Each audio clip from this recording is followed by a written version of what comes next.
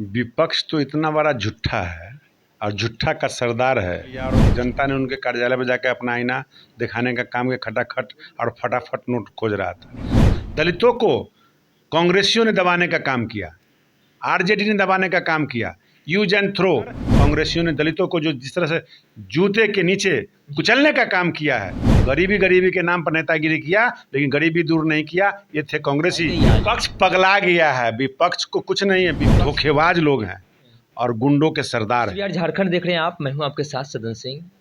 आज विपक्ष के द्वारा भारत बंद करने का ऐलान किया गया, जिसका असर बिहार की राजधानी पटना में देखा गया और जो प्रदर्शन कर रहे थे उसके ऊपर लाठियां भी बरसाई गई, जिसको लेकर विपक्ष एक बार फिर से सत्ता पक्ष के ऊपर हमलावर है। उन्होंने कहा है कि प्रदेश में तानाशाह की सरकार है, तानाशाह प्रदेश को चला रही है। अगर कोई भी अपने मुद्दे को लेकर प्रदर्शन करते हैं तो सरकार उनके ऊपर लाठी चला देती है। इन्हीं विषयों पर हमारे साथ बातचीत करने के लिए पूर्व बिहार सरकार के मंत्री और वर्तमान भाजपा विधायक रामसूरत राय हैं।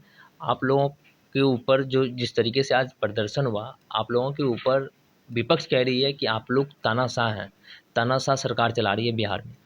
विपक्ष तो इतना बड़ा झूठा है और झूठा का सरदार है।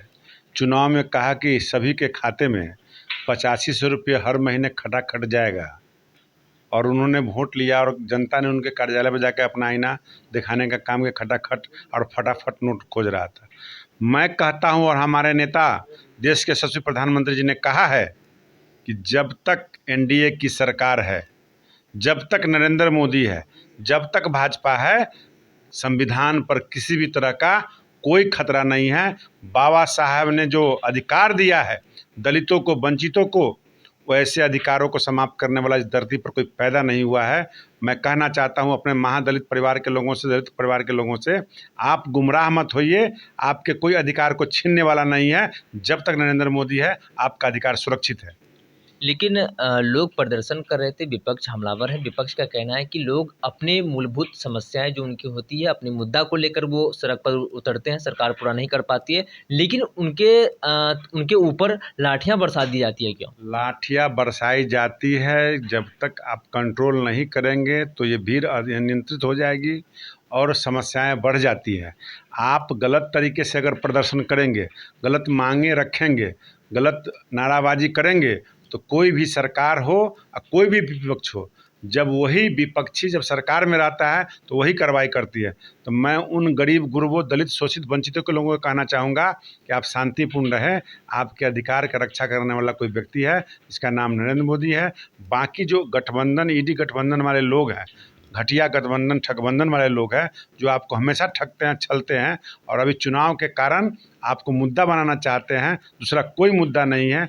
आपके अधिकार में, आपके व्यवस्था में, आपके क्षेत्र के अधिकार में कोई परिवर्तन नहीं होने जा रहा है। आप निश्चिंत रहें। दलितों को आप लोग दबाने की कोशिश कर रहे हैं। अरे दलितों को हम लोग दबा रहे हैं? कैसा प्रश्न कर रहे हैं आप लोग? दलितों को कांग्रेसियों ने दबाने का काम किया, आरजेडी ने दबाने का काम किया, यूज एंड थ्रो।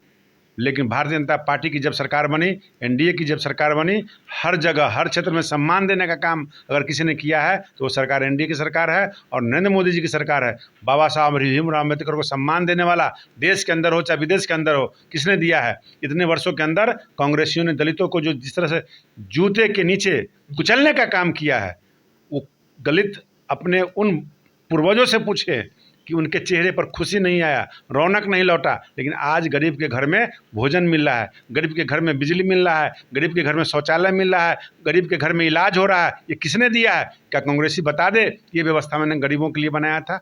गरीबी के नाम पर नेतागिरी किया, लेकिन गरीबी दूर नहीं किया। ये थे कांग्रेसी। आज गरीब को उद्धार करने वाला कोई व्यक्ति है तो 10 साल के अंदर में जितना उद्धार गरीबों के बच्चों का हुआ है, गरीब परिवारों का हुआ है, चाहे नौकरी के क्षेत्र में हो, चाहे व्यापार के क्षेत्र में हो, चाहे उद्योग के क्षेत्र में हो, चाहे शिक्षा के क्षेत्र में हो, वो करने वाला सरकार अगर कोई बिहार के अंदर है तो नीतीश कुमार है और देश के अंदर नरेंद्र मोदी जी है। आपसे ये सवाल मैंने इसलिए पूछा कि गरीबों को दबाने की कोशिश कर रहा है सत्ता पक्ष, इसलिए क्योंकि विपक्ष ये कह रहे हैं कि इसलिए तो लाठियां बरसाई गई। आज विपक्ष पगला गया है। विपक्ष को कुछ नहीं है। विपक्ष चुनाव में आने के लिए षड्यंत्र और झूठे प्रवचन दे करके भोली भाली जनता है।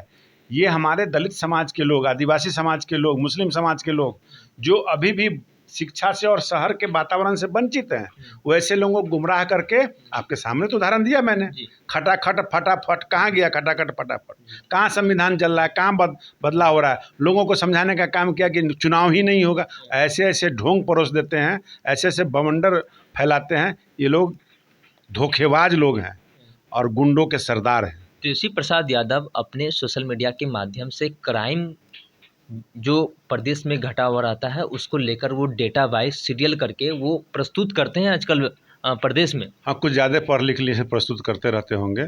डाटा वो निकालना है, मिलान करना है, तो अपने पिताजी के समय से ले दोनों का मिलान करते रहें। अगर सच्चे दिल के ईमानदार नेता अगर हैं, बनना चाहते हैं, तो लिखें मेरे माता और पिता के काल में इतनी हत्याएं हुई और एनडीए सरकार में इतनी हत्या, सामने दोनों को पोस्ट करें।